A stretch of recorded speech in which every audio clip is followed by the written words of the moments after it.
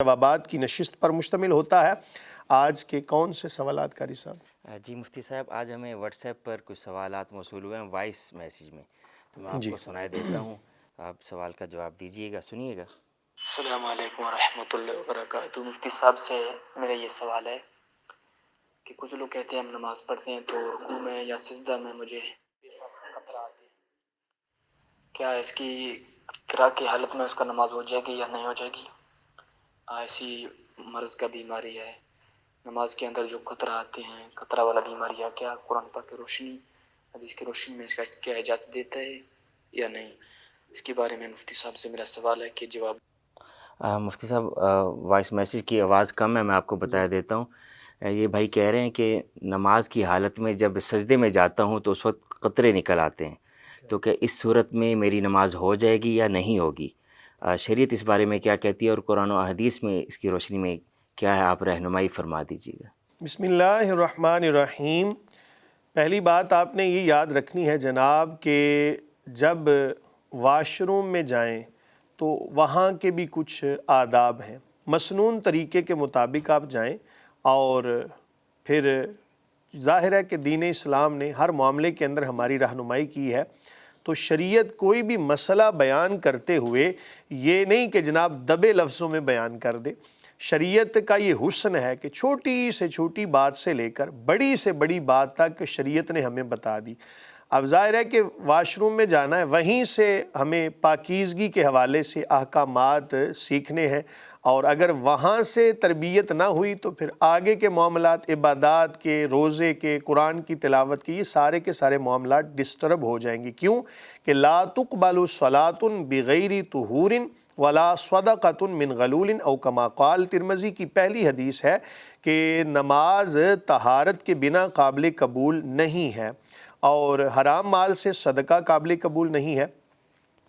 اب جب wash room کے اندر جائیں گے تو وہاں پر مسنون طریقے کے مطابق آپ جناب استبراء کریں۔ استبراء کا مطلب ہوتا ہے کہ اپنی پیشاب کی نالی کو کسی بھی طریقے سے صاف کرنا، خالی کرنا، چاہے وہ کھانسنے کی صورت میں ہو، چاہے وہ کروٹ بدلنے کی صورت میں ہو، اور چاہے وہ مٹی کے ڈیلے، آج کل وہ تو زمانہ نہیں رہا، لیکن ٹیشو کا استعمال کر لینا اس کے لیے بہرحال مناسب ہے، اور استبراء کرنا یہ لازم ہے۔ اگر استبراء نہیں کریں گے، استبراء کا معنی آپ نے یاد رکھنا ہے جناب کہ پیشاب کی نالی کو خالی کرنا، وہ کسی بھی طریقے سے ہو، تو کوشش کریں کہ وہاں پر ہی اطمینان ہو تو باہر نکلیں، ورنہ پھر پہلے اس معاملے کو کلیئر کر لیں۔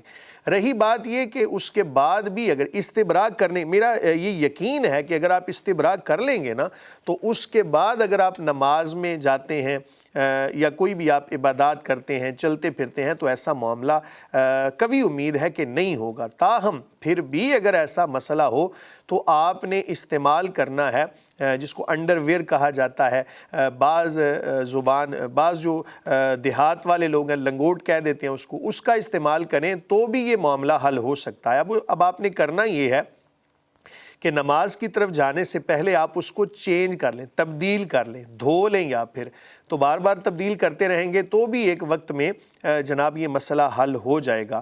اگر پھر بھی یہ تمام تر تدابیر کو اختیار کرنے کے بعد بھی اگر یہ مسئلہ ہوتا ہے تو ایسے شخص کو شریعت نے معذور کہا ہے کہ اس کا عذر ہے، تو عذر کی بنا پر جناب عبادت تو ساقط نہیں ہوگی، لیکن شریعت نے اس کا حل بتایا۔ حل یہ ہے جناب کہ جب بھی آپ یہ ساری تدابیر، پہلے یہ مسئلہ یاد رکھنا ہے آپ نے، یہ ساری تدابیر جو میں نے ابھی آپ کے گوش گزار کی ہیں تمام سننے والوں کے، ان تمام تر معاملات پر عمل کرنے کے بعد کبھی امید ہے کہ ایسا مسئلہ نہیں ہوگا۔ پھر بھی اگر ہو تو معذور ہیں، تو معذور کے لیے حکم شرع یہ ہے کہ ہر نماز کے لیے وہ تازہ وضو کرے، اور جیسے ہی نماز پڑھ لے گا، اب دوران نماز اگر کوئی ایسا مسئلہ بن جاتا ہے تو معذور شخص کی نماز ہو جائے گی، لیکن یاد رکھنا ہے جیسے ہی نماز کمپلیٹ ہوگی اس کا وضو فاسد سمجھا جائے گا۔ اب دوسری نماز پڑھنے کے لیے وہ اسی وضو کو چلا نہیں سکتا۔ بس یہ فرق ہے دوسرے شخص میں اور معذور میں، کہ معذور کا وضو خود بخود سمجھیں کہ فاسد ہو گیا، اب جب بھی اس نے نماز پڑھنی ہے تازہ وضو کرے گا تو اس کی نماز ہو جائے گی۔ واللہ تعالی عالم میں نے جو بالصواب۔ سوال کیا ہے وہ کہتے ہیں مرض کی حالت میں میرے ساتھ ایسا ہوتا ہے، اگر یہ شخص علاج ہی نہ کروائے تو گناہ گار ہوگا یا تو نہیں؟ ظاہر ہے کہ پاکیزگی کے لیے پہلے علاج کریں نا. یاد رکھیں کہ علاج جو ہے نا یہ شریعت کے منافی نہیں ہے, اور اسباب جو ہیں ان کا اختیار کرنا تو اسلام نے تعلیم دی ہے کہ اسباب کو اختیار کریں. بڑے بڑے بزرگ جو ہیں وہ جناب اپنا علاج کرواتے رہے, ڈاکٹر سے جا کے دوائی لیں, تو دوائی لینے کے بعد امید ہے کہ یہ معاملہ نہیں ہوگا. لیکن جان بوجھ کر علاج ہی نہ کروائے تب وہ نماز پڑھتا رہے تو اس کو معذور کہا جائے گا شریعت؟ بس اتنا ہے کہ جب تک اس کو علم نہیں تھا تو اللہ کی بارگاہ میں کبھی امید ہے کہ گناہ گار نہیں ہوگا. لیکن بہرحال پہلی ہی فرصت میں آپ علاج کروائیں, اس کے بعد باقی معاملہ جو بھی پروگرام کے اس حصے میں ہم نے عرض کیا اس پر عمل کیجئے, انشاءاللہ آپ کا یہ مسئلہ حل ہو جائے گا. جی مفتی صاحب اگلا سوال سنیے گا.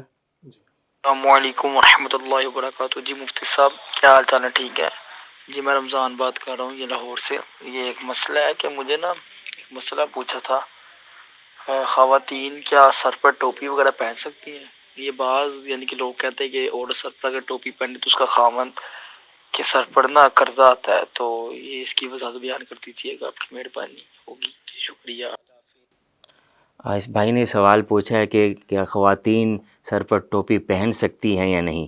آگے ساتھ یہ بھی بیان کر دیا کہ خواتین اگر سر پر ٹوپی پہنے تو اس کے خاوند پر کوئی قرضہ یا بوجھ وغیرہ آ جاتا ہے. اس طرح کی کوئی شریعت میں کوئی رہنمائی ملتی ہے تو بتائیے گا. بسم اللہ الرحمن الرحیم. اصول کئی مرتبہ یہ میں نے آپ کے گوشت گزار کیا ہے جناب کہ اسلام کے اندر بدشگونی نہیں ہے, کسی بھی چیز کو منحوس قرار دے دینا یہ اسلام نہیں سکھاتا, اور کسی بھی چیز کے اندر نحوست نہیں ہے.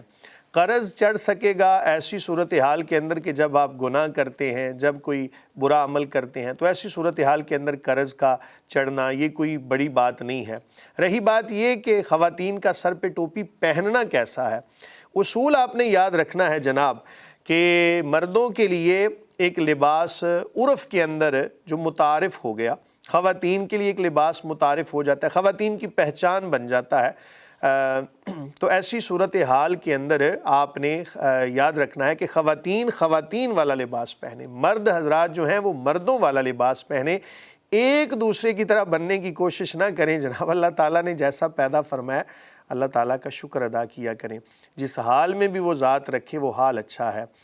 تاہم اگر انجانے میں کوئی ایسا معاملہ ہو گیا تو امید کرتے ہیں کہ اللہ تعالیٰ معاف فرمانے والا ہے. اس پہ کوئی بہت سخت حکم تو نہیں لگتا, لیکن جان بوجھ کر کوئی خاتون مردوں والا لباس پہنے اور سر پہ ٹوپی مردوں والی پہنے کہ مردوں کی طرح لگے, یہ غلط ہے. کہ شریعت نے خواتین کے حوالے سے اور مردوں کے حوالے سے ایک دوسرے کی طرح بننا یہ جائز قرار نہیں دیا.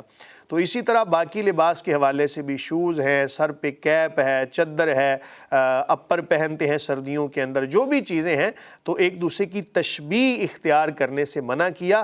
باقی اگر کوئی لباس ایسا ہو, کوئی ٹوپی, بعض خواتین کے لیے علیحدہ سے جو ہے نا وہ ایک ٹوپی بنی ہوتی ہے کیپ سر پہ پہننے کے لیے سردیوں کے حوالے سے, یا گرمیوں میں بعض دفعہ کسی جگہ پر کچن میں کام کرنا ہے تو ایک خاص قسم کی ٹوپی بنی ہوتی ہے. مرد و خواتین سبھی پہنتے ہیں, وہ اس میں کوئی تفریق نہیں کی جاتی.